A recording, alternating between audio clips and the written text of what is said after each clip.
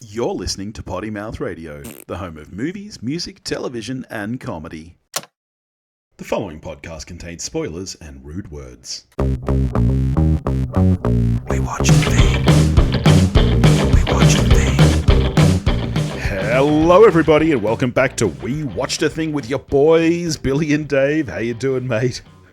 I'm good. That's good. We're very Halloween themed tonight. We are. We're recording about a spooky movie, and then for Hunt for the Perfect Album, we're going to do our Halloween party playlist. Spooky songs. Which is going to be fun. But not all Halloween themed, because if you want to hear us do something not spooky, we guested on the Countdown movie reviews and TV shows podcast this week. They're very final guests before they end the weekly show, and we counted down our top what the actual fuck movie moments, which was so much fun. The recorded ended up being like over 2 hours, I think, in the end. I don't know how Paul's going to cut it down, but so go check that out. I think Wayne's going to be putting it. We're possibly going to be his first actual non-introductory video on his YouTube channel, which is kind of cool. So that'll be fun. All right, but let's dive straight into Smile 2 then, an American psychological supernatural horror film written and directed by Parker Finn, a sequel, of course, to Smile. It stars Naomi Scott, Rosemary DeWitt, Lucas Cage, Peter Jacobson, and Ray Nicholson, as well as Kyle Goldner reprising his role from the first. And what is it about, Dave? It is as you say, a direct continuation, following straight on from the first film. More crazy shenanigans from this evil entity that feeds on fear and violence and despair, and passes itself along like herpes from one person to the next. Well, let's get straight into it then, because you and I were both really excited for this one. We both really enjoyed the first Smile, as did a lot of other people. Smile was a bit of a sleeper hit. Yeah, it did very well. And so far, this has been doing pretty well as well. So let's find out what we thought about it, though. Dave, did this movie meet your expectations? Do you think it's anywhere near as good as Smile? What are your thoughts on it? I think it is better than Smile. Holy crap. It didn't exceed my expectations, but it did surprise me a lot. Wow, my friend, we are in disagreement Don't you fucking dare. You and Prazul with your negativity. I can't deal with it. This movie's not very good. Oh my God. I did end up dragging Noosk to it. She hadn't seen the first one, so there was a little bit of what's that? What's happening? Why are we starting with 6 days later? 6 days later for what? 6 days after what? Yeah. She really hated this movie. We walked out and she was... I told her my score and she was like, oh, that's generous. Like, she really hated it. Was she scared, though? No. This is not a scary movie. I jumped more in this than I have in any movie in years. I jumped twice, and Noosk was more scared at my jumping than she was from what was happening in the movie. There are a couple of jump scares in here, but outside of the jump scares, I don't think there's anything particularly scary. I will say on record now, this film has the creepiest scene I have seen in a cinema in at least a couple of years. You're not talking about the scene with all of the dancers, are you? That scene is fucking masterful. We were both laughing our heads off. I found it so silly. God. See, maybe it's because, Noosk is a dance teacher. Maybe it's because we have been watching a lot of jazz dancing lately. Was she critiquing it? Yeah, we were both like, holy shit, they're going to break out into like... sharks, jets. Like, it was so fucking cheesy.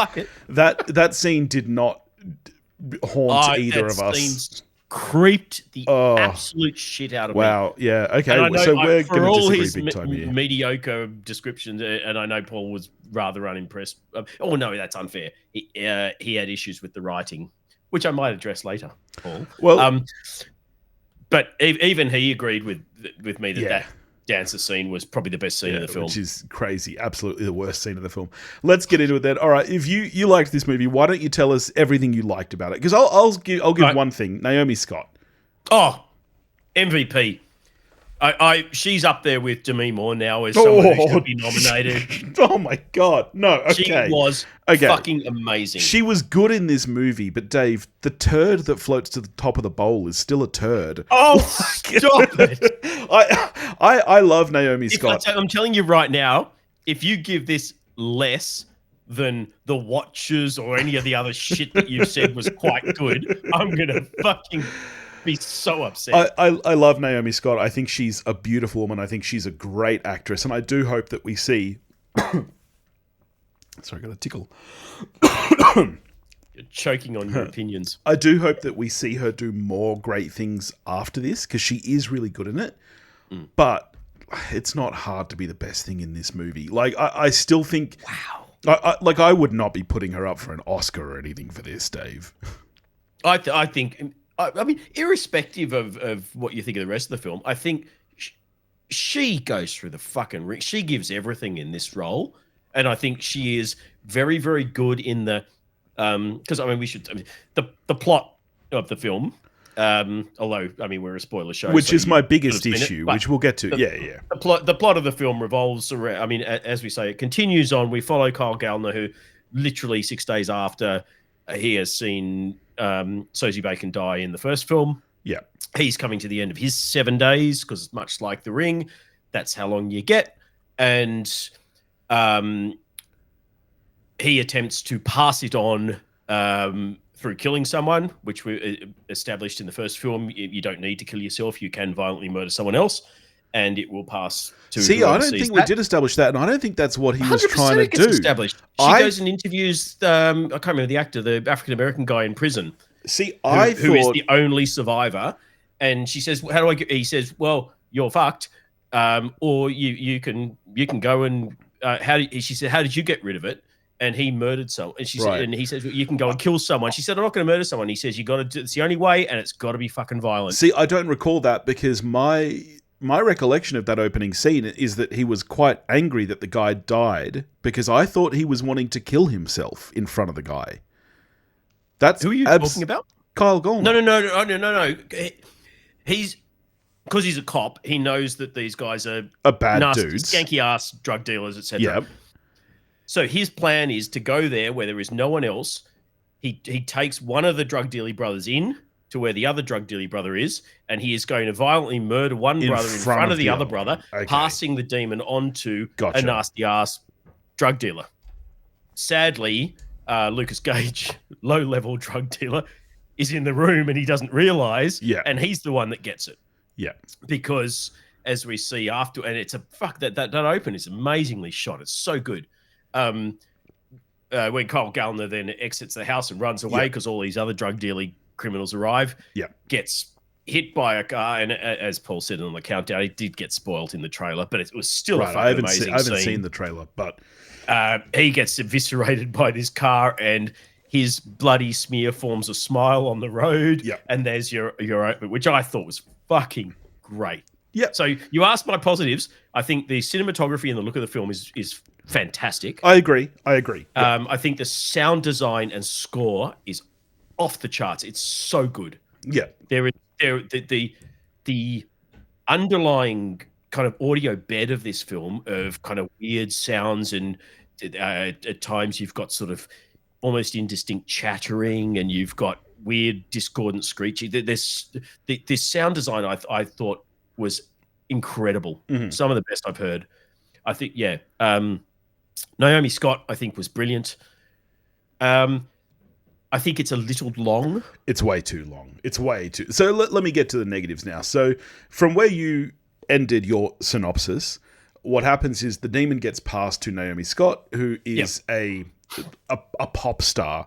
She's kind of... The film is meant to have you believe that she's at the level of, say, a Taylor Swift, except that she's kind of on a bit of a resurgence because, much like, say, Robert Downey Jr., she had a bit of a... Yeah, well, even worse, because she killed someone, essentially. Yeah.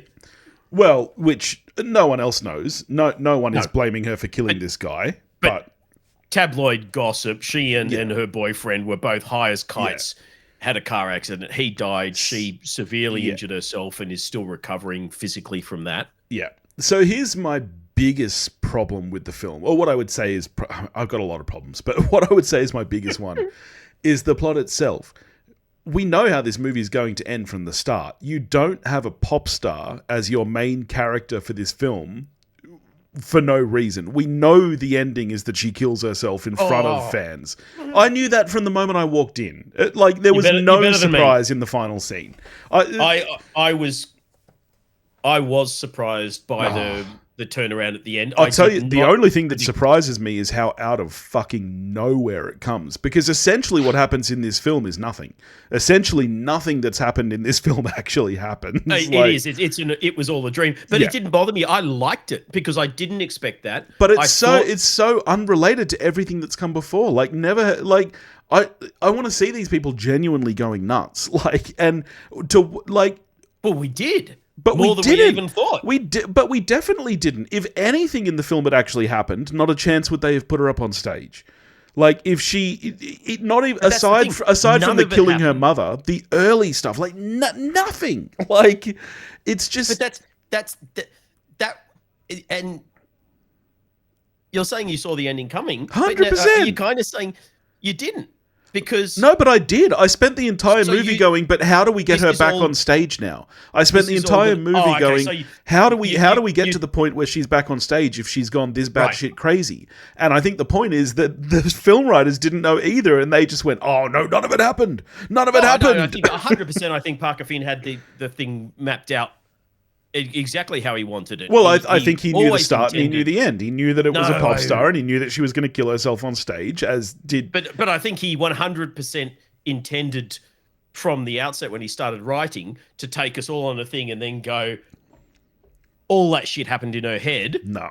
Because even if I'd suspected, and I didn't, I just, my brain obviously wasn't switched on because it is kind of obvious that, she's a superstar, she's going to kill herself on stage and maybe that infects the entire crowd. Maybe it infects one of them, but that's how the entity guarantees an audience. I didn't see that coming because to me, I was like, that's the point of the film. That's why it's a pop star. I get, in hindsight, maybe I should have done, but I reckon even if I had done, the film would have made me second guess myself because the film takes you on such a journey, and I reckon there are surprises in there that I don't think even you would have. I didn't suspect that Dylan Kalula's character wasn't actually in the film.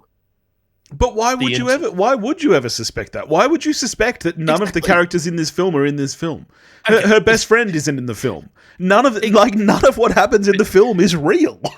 But I think that's well done. I disagree. I think having her kind of reconnect with this friend who she has shut out of her life because she was such a mess after the accident, have her come back in, it seems like a lifeline. And in a lot of films like this in the past, where someone's been going on a journey, that has been a lifeline. A character has come in and that's given them, some support to make it to the end of the film. A lot of films like this, they do encounter weird random stranger who knows more than he says and helps them understand the situation. This film has that. And that one really floored me that wasn't a lifeline. I guess my issues are several. So firstly, okay, if some things aren't real, that's fine. But the implication is that nothing is real, right? So what even actually happened during these 7 days? Was she just acting completely normally, not going crazy at all? That's the implication of the film, that she was just on autopilot going through... She was just going through life on autopilot, whereas in her head, she was having a completely different experience and going through all this shit. But then even in her head, she's got multiple... This is like fucking worse than Inception, There's a scene where her friend is driving. She realizes... Inception, we don't need the Nolan voice. She realizes that her friend isn't actually there, and oh no, I'm driving the car. But even that's not real, Dave. Nothing of this movie is actually of any consequence. And you say that her friend was actually the demon. If that was the case, this would be interesting. That's not the case. Her friend's not the demon. Her friend's nothing is the demon, really. No, the demon, the entity double bluffs her, which is what I think is the cleverest thing about the writing is the friend double sort of bluffing her once, and her realizing that the friend that was done in the first film. Yeah. So doing that again is not upping the ante. It's not surprising. Yes, anyone who's seen the first film, especially seen it more than once, is going to go, yeah, okay, so. But this isn't upping the ante. To the end and pull the rug out and go, aha, double bluff. I don't get it. The same thing that you said you didn't like about Boxing Helena, you like here. I just... Because Boxing Helena's a cop-out. Here it's a deliberate twist. See, Boxing Helena, it's like Jennifer Lynch got to the end and went, I can't end this with a chick with no arms and legs. That's exactly how I feel about this movie. I feel like this was 100% a cop-out to get back to the place. The opposite. No, because the whole setup for the movie is to set up for that end scene where a pop star performs on stage. And you cannot do that if she has gone insane. It's a cop-out to get back to that scene, and that's all it is. It's only a cop-out if you spent the film going, I'm waiting for that scene. Which I was. I know, but I wasn't, and I think a lot of people weren't. And for us, the double bluff works because it's, okay, the filmmaker was ahead of me. I thought I was ahead of the filmmaker because I've seen the first one. He was ahead of me. Yeah. And it's the opposite of Boxing Helena. It's not copping out and going, that's too dark an ending. It's going, you thought she was actually going to get away like a lot of horror movies. Nah, she's fucked, dude. Here you go. It was all a dream. The lifeline I would have been happy with her dying. I don't need her to get away. I would have been happy. You know, like when the guy walked out of the freezer, I was like, oh, cool. So something's going to happen here. Is that guy the demon? No. There was it's so just many for no points purpose. in that final sequence where I thought I knew. I thought, you know, when she injects herself, that's what I thought was going to happen. You know what? You're never going to guess what's going to happen because it's not forecasted in any way. It's not. It's just pulled out of nowhere. You're never going to see it. I don't need it to be forecast. Yeah. It's not a whodunit murder mystery. I don't need clues littered throughout. I don't want clues littered throughout it. Yeah. But dangling the injection, having her struggling for like 5 minutes to get to it, finally get it.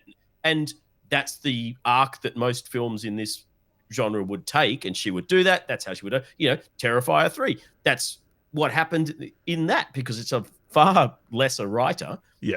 It followed the arc that you would expect, where she struggles, but she eventually gets the upper hand and da-da-da-da. She gets the upper hand, does the injection. No, it's not real. Yeah, and then I thought, that would have been fine. She's going to leap over and push the fucking, the brick holding the door open. That was Hitchcock's bomb under a chair. Yeah. I thought I kept waiting for her to sacrifice herself by shoving that out of the way and shutting the door, shutting her and the entity in a room. Yeah. She dies alone. That's what I thought was going to happen. See? He got you. No, I could not disagree more. I really was disappointed in this movie. I expected you to come in saying this was going to be in your top 10 of the year. No, and honestly, this, like I said, I think that Naomi Scott's great, and I think this is a decent performance. If you're talking about this style of performance, I don't think this is a patch on Sydney Sweeney in Immaculate. Oh, really? Yeah, I think this is nothing compared to that. I think that's the best horror performance of the year. Oh, wow. Like better than Demi or Margaret Qualley? Or for me, yeah. Wow. So I just by the time we got to the end of this movie, I was so disappointed. And because it hadn't scared me or kept me on the edge of my seat even up until then, Did you like it parallels with The Substance again, but I did not expect the giant Cronenberg, Lovecraftian, God, those appearance. Stupid looking eyes. Oh my God, that thing looked fucking horrendous. That is the worst creature design I've ever seen. I didn't think I could laugh harder than the jazz hands. And then we got the scene where her friend's face turned into a headlight, and I was like, okay, I'm not going to laugh harder than that in this movie. Oh, that was one of my biggest, possibly the biggest jump I did in the film. And then at the end, we got that stupid looking monster, and I just laughed so hard. The second you saw that thing's eyes, man, I was done. That was my only question. I liked it from a kind of a Cronenberg fanboy. Anything like that I'm going to like. And it made me, straight away I was going, we got this and The Substance, both having fucking weird-ass body horror Cronenberg endings. What a year this is. But because it didn't match the design of I really liked the creature design in the first one, which was a bit more subtle. Yeah. I didn't need Parker Finn kind of cranking up. It's like he got invited to set during The Substance or something and went, oh shit, I better crank it up and change the design. Well, I didn't hate it, but it didn't fit for me. That's probably my biggest knock on it. I have to ask you this, because you've mentioned a couple of times about Parker Finn cranking it up. Yep. Do you see any kind of scenario where, no matter how well or bad this movie does, do you see any kind of scenario where we get Smile 3? Because off the back of this film, I don't see how you can. This film has thrown everything out. I don't see how you can.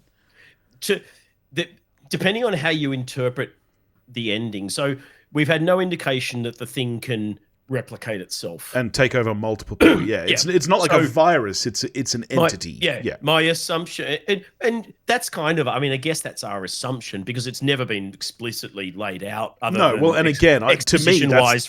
that's the whole point of this movie. That's why it's a pop star. Yeah. So, one, it is like a virus, in which case this is the end of the world. Yeah. Essentially, because this will go on. There's no way of stopping it at this point when tens of thousands of people have it. In which case, I don't want a sequel. Yeah. If only one person in the audience gets it, and the next one, because I haven't listened to the interviews yet, but I did see a post somewhere about he's been interviewed, talked about the possibilities for Smile 3. If Smile 3 is kind of almost a mystery film where they're working with knowing that someone who knows about the entity, the concert is, going through somehow make a clever mystery out of it. I don't think that will work. I just think no matter what you do, nothing's going to work because now we've seen nothing be real. I just think you'll watch an entire Smile 3 going, well, why does any of this matter? He would obviously have to flip the script again and have everything be real, but make you think it's not. So there's ways that could work. I don't see how the plot could work, and I kind of don't want a Smile 3 because I really like the way 1 and 2 work together. And to me, I like the interpretation that this is kind of an Armageddon moment. It's now out there beyond the point of putting the genie back in the bottle. This is the end of the world. Yeah. Boom. I like that, and I kind of don't want another one, but I am very keen to see what he does next, because watching kind of his growth from Laura Hasn't Slept, which was the short film with Caitlin Stacey, which is also fucking great, to Smile, where you got a bit of Caitlin Stacey, but then it was Sosie Bake, and then this one, I think his visual style, I think, is really fucking good. There are so many shots in this film that I thought were amazing. He overused his kind of upside down inverted thing from the first film, and there was a bit too many instances of that. But I think overall, leaving aside the writing, and we obviously differ on that, but I think for a $28 million film, because he about double the budget of the first one, I think. This looks fucking incredible. Wow. I think it's shot so well. I think the sound is amazing. I think everything about it, even if you don't like the writing, I think it's one of the best looking films I've seen this year. I was such a fan. I think there's some decent shots in there, no doubt. I like the overall look of the film. I don't think it's the best looking film of the year. This is so not the conversation I thought we were going to have. I'd like to see this up for editing at the Oscars. Wow. I think it's so good. I'm a 4 out of 10. I think this is one of the lesser... And look, if this was just a generic horror film like Tarot, like anything else we'd seen, I might be slightly higher on it, but because the first one was so much better than this is just such What were you on the first one? I can't remember. It's been a while since I've seen it. Probably like an 8. Yeah, 7 or 8. Wow, damn. This is just, oh man, I could not have disliked this movie more. Like, it was just, I just see very little redeeming qualities in it. So man, This is so not the conversation I thought we were having. I'm guessing you're at least a 7 or an 8. I'm an 8. I'm an 8 on this. Yeah, this is, look, it's not going to top. It's going to be it at this point. It will probably be in my top 10 of the year. Good Lord! It won't be as high as The Substance or Long Legs, for example. I would hope not. But it will be higher than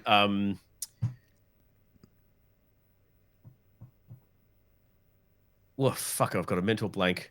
The one I just mentioned, Immaculate. It's immaculate. Thank you. Wow, I that's didn't want to that's use the word wild. jugs because it's offensive. That's wild to me. Yeah, Wow. this is a better film than Immaculate. That's absolutely For me. That's absolutely wrong. Anyway, speaking of better films, next week we'll be getting to Venom 3: The Last Dance. If you give that more than fucking 4, oh my god! You know what? My What guess. did you give Madam Web? Just for the record, I don't remember what I gave went it, to but I did twice, see it listeners. twice. I really dug Madam Web, and it's not just because I like Dakota And a 9 Johnson, for which I Fast do. X. You know what I was thinking that we really should do this year, and I reckon we should do it as a video live stream.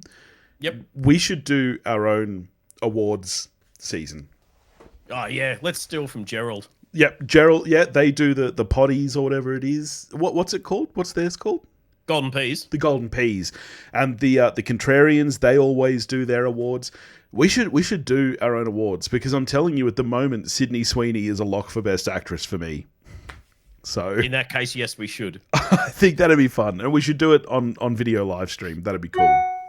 Yeah. Do we each get our own, or do I just have to wear Sydney Sweeney as Best Actress? Well, I reckon that we get nominations from the audience, and then you and I Yep. each pick our own winner. Oh, okay, I like that. Yeah. Because otherwise, it'll go for 10 hours as we fight over it. Because I'm not, as much as I like Naomi Scott, I'm not giving her an award for this. I probably won't. I'll give it to me, but I'm not giving it to fucking Sydney Sweeney. All right, so that's next week is Venom: For The something Last else. Dance. If you want to get in touch with us, you can do that at pottymouthradio.com or pottymouthradio@gmail.com. You can find us on Facebook, Instagram, and X under the handle at pottymouthradio, and join the Pottymouth Radio listening community on Facebook, and we will catch you next week. And go check out Hunt for the Perfect Album, where you may hear us fighting over some other stuff shortly. Yes, that's going to be fun.